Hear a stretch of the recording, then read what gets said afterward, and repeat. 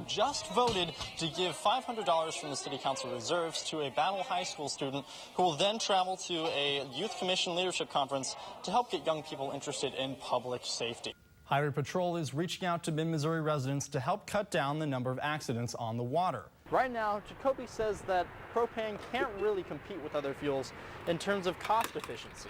But if research can find the answer to sustainable propane, that's when it's going to make a difference for your wallet, when our other fossil fuels dry up. They actually used a canine trace in order to try and find them, but they were unsuccessful with finding them from there. So those two armed suspects are out there still tonight. Violence is down in Columbia, but the Columbia Police Department says black-on-black crime is at an all-time high. Good evening, I'm Spencer Wilson. A proposed ordinance would require Fulton landlords to get a permit in order to rent property. Different types of people have actually performed music here earlier today, ranging from high school students to composers, and the benefits that come with playing that music are harmonious with education. This is the first year Buford drove people to the polls. He says he plans on doing the same thing next election. That means more cars on the road and a higher chance for you to be taking in those pollutants. But the report says that if you roll up your window and you check that their air intake valve is doing well and functioning properly, you can decrease that risk significantly. Live Happy is challenging people to write down how they'll share their happiness. Posted here on the happiness wall, and then follow through with that act of kindness. It's not a story you hear every day. 19 manatees were rescued from a Florida drainpipe Monday. Ferguson city officials plan to respond to a Department of Justice report today that found police in Ferguson have consistently violated civil rights, particularly of black residents. Now, the study says that the smartphones are making people lazy thinkers, and people would rather just look up something than memorize it in the first place. One example of that is me having my script here on my smartphone here in the newsroom, and I'm not the only one. The results of the study are in, but what does it mean to be lazy? So I decided to do a study of my own. I'll be asking people things they probably should know, like the Secretary of State for the United States, or even their best friend or spouse's phone number. And if they don't know it, they have the option to check out their cell phone to find the answer. I've got a friend in the 505 Albuquerque, but I don't know the rest of it. Could you find it using your cell phone? Oh, yeah. Surrey, who is the Secretary of State of the United States? Does that make this a John Kerry? Yes. Oh, man. Oh, man. My thumbs are faster than Siri. Jeff Rauter is a psychology professor at MU and says history pokes some holes in the study. Memory was prized, and then came along writing, and people complained, oh, the youth today, they won't learn how to memorize things, right? And so there's always a sense when new skills are going to be tapped for new technologies, there's always a sense of, oh, what happened to the old skills? I do calculations that even though they're probably practiced by fifth graders, those kind of math problems, I'll still go to my calculator on my phone and do it. Because of the way cell phones are set up, you really don't have to know phone numbers anymore. Lots of things we don't remember anymore because we don't have to, like the Gettysburg Address. We can look it up, right? And so the ability to record things, to offload from memory, is not such a bad thing. Now, the study also says that having a smartphone and looking those answers up may have a negative effect as you continue to grow older. But Rauter says that while it is a distraction, there's no real correlation between smartphones and memory.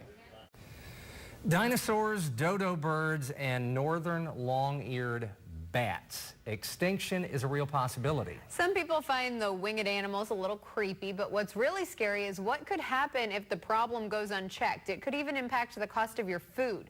Missouri's on the front line of this problem right now and home to the leading researcher fighting it. KOMU 8 Spencer Wilson is here with more details. Spencer?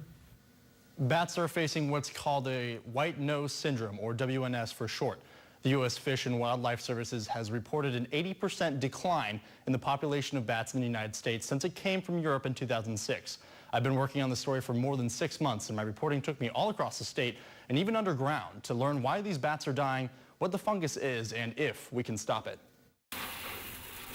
And he is not enjoying it. These bats are being checked for a fungus, and a lot of them don't pass. Scientists first detected white nose syndrome in Missouri back in 2010. But now it's made its way all around the state. Now you can actually see that there's some white nose fungus on this little brown bat here within this Missouri cave. It affects anything along the wings, tails, and obviously from the nose where we get white nose syndrome. While it may look like these bats have eaten too many powdered donuts, bat biologist Tony Elliott says the reality is very serious.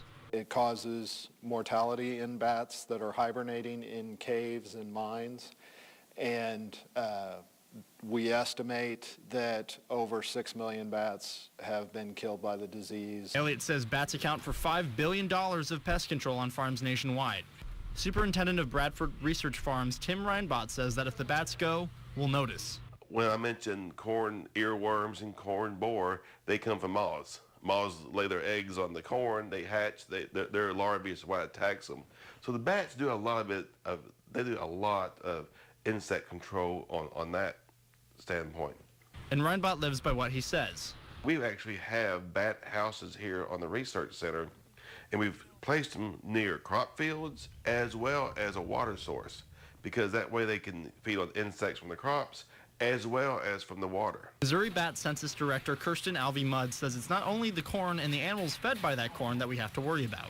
The cost of our food is going to go up. We are actually a corn manufacturing state that produces ethanol and produces corn subsidies in our gas, and so it's going to cause our gas prices to go up. So far, there is no cure, but there is hope. Research wildlife biologist Sybil Amelon has been working alongside other researchers around the nation to find a solution to the potential extinction of the bats, in the form of a microorganism that could stop the growth of the fungus. So this winter we're actually trying some limited field experiments to see if we can get similar results in bats in the wild. So we're just being very guarded, but we did see enough to encourage us to go on. Until then, This breaks my heart. When I'm at sites like those, and it's a very long and very arduous and very depressing day to basically record the calamity and the casualties that have, occurred, then when I go and spend a couple of days in the lab or in the research facilities, those are the days that they kind of counterbalance each other, and it's kind of the happiness to the sadness, and it's what keeps us going sometimes.